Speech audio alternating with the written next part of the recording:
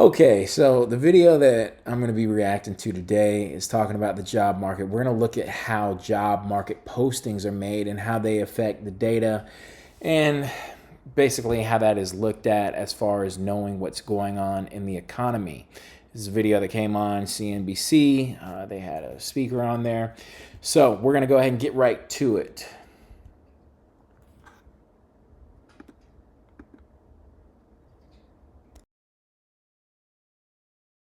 Brings you in, Laura. Let's talk about this because at one point in your career, you were also a Fed economist over at the Richmond Fed. You're now doing this at over Indeed.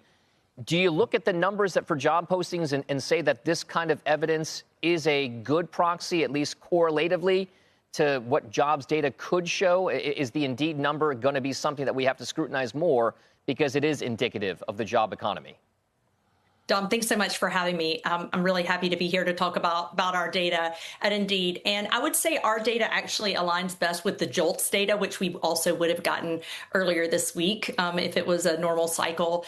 So we're seeing that that our job posting index is at 101.7 nationally, which means that job postings are 1.7% higher than they were pre-pandemic. I will point out, though, that measure declined 0.8% in October, but it declined 2.3% in September. So the decline was a bit less sharp in October. Are there places, Laura, that have seen at least some of the more market weakness? When people post to Indeed job postings, you see it across various industries. Are there certain places that stand out to you with? So before we continue, just really want you to pay attention to what they're discussing here.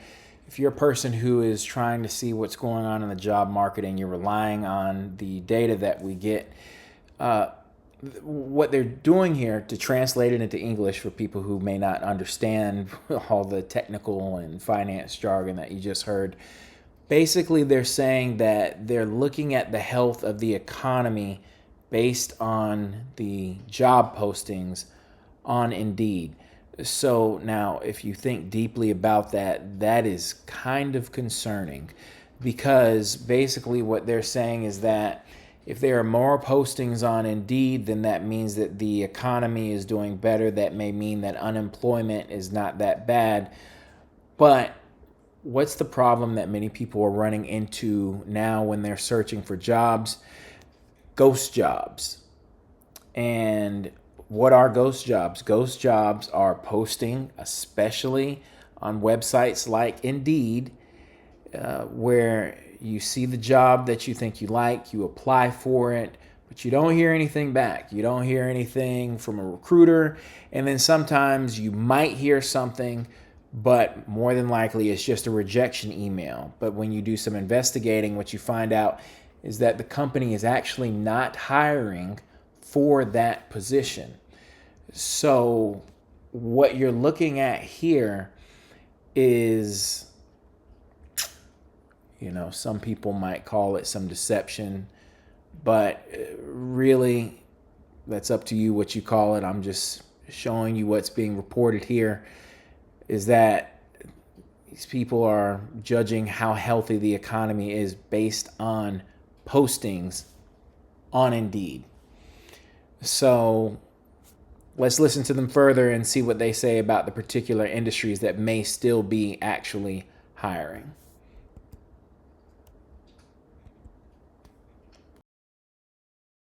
Regard to where you are seeing fewer job postings or even perhaps more job postings? This is a great question, and I think absolutely in terms of industrial sector, but also based on region. And so if you look at our postings index, for example, healthcare postings remain strong in a lot of fields. So do things like security. Many of the engineering fields still have postings that are around 20% above pre-COVID averages. But if you look at things like software development, data and analytics, scientific research, media, those are down anywhere from 30 to 40% compared to pre-pandemic numbers. We also see the same when we look at regions. So the reason I made that face when they mentioned data analytics,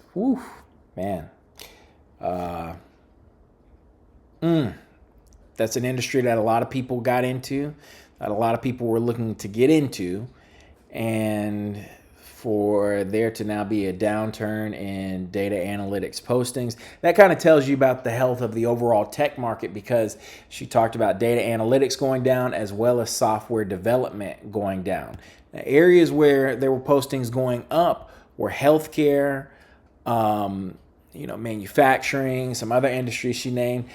And so now here's the good news when it comes to looking at ghost jobs.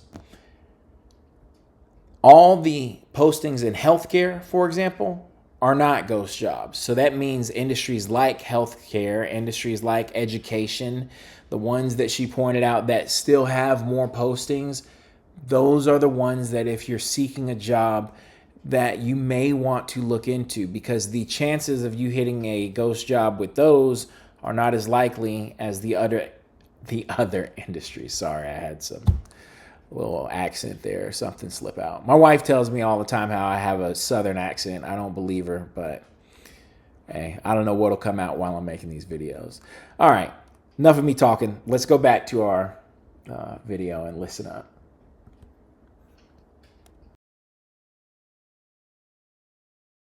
Some of the regions that have been hit hardest by layoffs and by some of the tech cuts have lower job postings levels.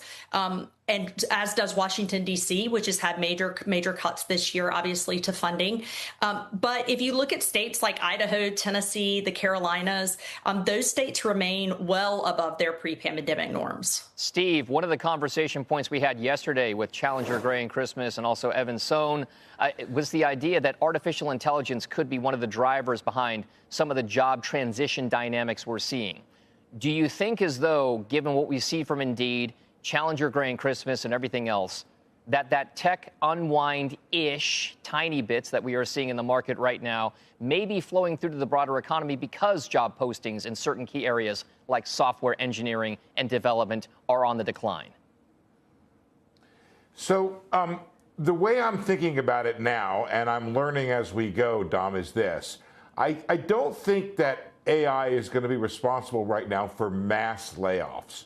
I think it's still too early with the technology. I think that when we talk about especially the issue of corporate management jobs, it's just not at the level where it can take, a manager in Singapore and a manager in London and a manager somewhere in the United States and say, I've got a piece of software that's going to replace each one of those 3 bespoke jobs.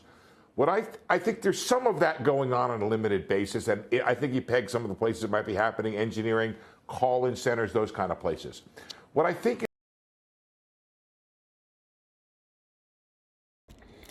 So now, did you hear what he said there? That was very interesting, and that's what's happening to the overall market. They're starting to look more realistically at AI, and the example that he gave, talking about, well, I don't know if it's going to lead to mass layoffs in particular when you're talking about higher management, or you're talking about really what he was describing there was customer-facing roles.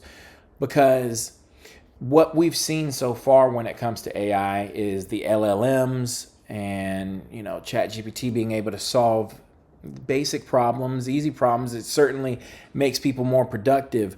But the thought that AI will lead to AGI, which is basically superhuman intelligence, now the market and now those who are looking at what AI is actually doing, they're starting to cool off a little bit on that, because reality is starting to set in. And that's what contributes to people thinking that AI is a bubble. And really, when you think about it, some of the things that people may want AI to do, like, for example, when you're talking about AI versus a human being, say I am a person and my job is to stack boxes on the top shelf, and my boss comes in and he says, well, I want you to stack the boxes on the top shelf and turn them left.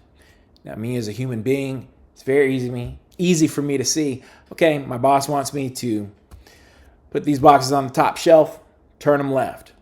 That's no problem. Got it. Well, Have you ever tried to give ChatGPT specific instructions after you've given it instructions? Maybe people who are involved in what's called vibe coding can tell you something about this. When you ask AI right now to adjust, you have to go in sometimes and reprogram your entire prompt. You almost have to start from scratch, and you end up doing more work than you thought you were. And that's what I think these companies and corporations are starting to notice. I don't have to reprogram an entire human to just ask him to do a basic change in whatever they were originally doing. But you do have to do that with AI, where it is right now. So this gentleman right here makes a good point. This may not be what many people have believed in the past. AI may just serve more so as a tool, as a great tool to make people's workflows go faster, as a great tool to sadly take up administrative tasks that many people had done in the past, but now these things can be done a lot faster. Think of filling in, simple spreadsheets. Keyword there is simple. Scheduling, making notes while someone is on a meeting, things like that. These very repeatable processes that are easy to just make the same instructions for over and over again. That seems like something that AI could actually take over and be built up to be even better at. But when you say that you want AI to replace a human in terms of reasoning and free will and intelligence, that is going to be a very difficult, if not impossible thing to do. Let's go ahead and finish out this video. What is happening more significantly now is that there's spending going on for AI at corporations. And I think what's happening is they're budgeting for next year.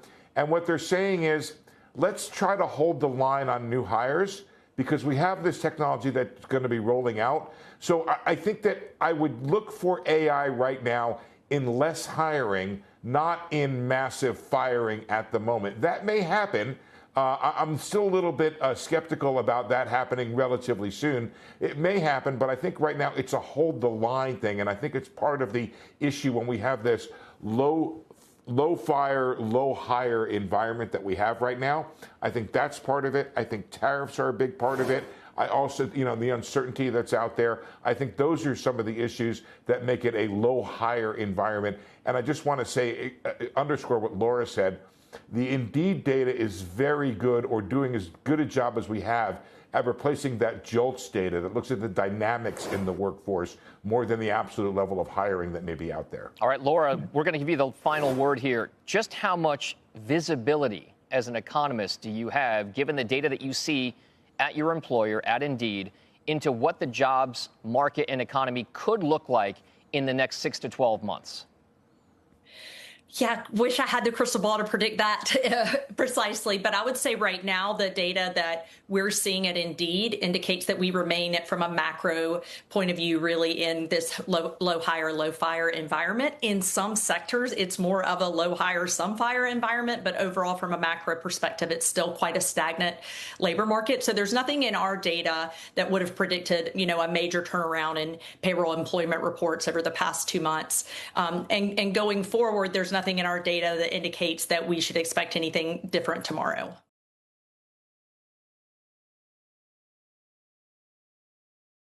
Okay, so to translate that last part into English for you all, basically what she's saying is that in her brain, in this next 6 to 12 months, she doesn't see too many big layoffs. She doesn't see too many companies trying to hire a lot more people. Now, what we have seen, though, is that there have been a lot of layoffs. And as the gentleman brought up just before, now that can really hurt companies, because if you lay off a ton of people, well, AI may not be able to do the job of all those people. And that's what companies, they don't seem to be catching on to that just yet, but they certainly are catching on to maybe AI doesn't have the capabilities that we were dreaming that they would have. So now, here's the thing though for the common person. because, as I mentioned, one thing, they're judging the health of the economy based on job postings, but we know many postings are ghost job postings. So look at those industries that are still hiring, that are putting up postings. Yes, some of them are ghost jobs, but not the majority of them, like in the areas where they're blatantly getting rid of people, like data analytics, software development, things like that. And also, too, in this environment when these corporations, these companies are not really holding back from doing layoffs, what can you do as a normal person when it comes to your finances? It's the 3 things I always say with this channel. Get out of credit card debt, build up an emergency fund, and simplify your life.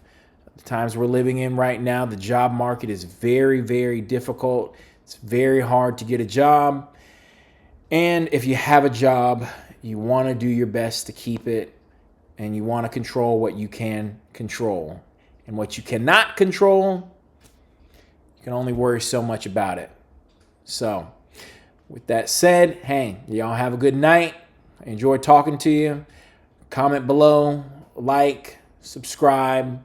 And when you do your comment, tell me what you think of this. What do you think of ghost jobs? What do you think of the job market right now? And have you been able to find a new job if you're looking?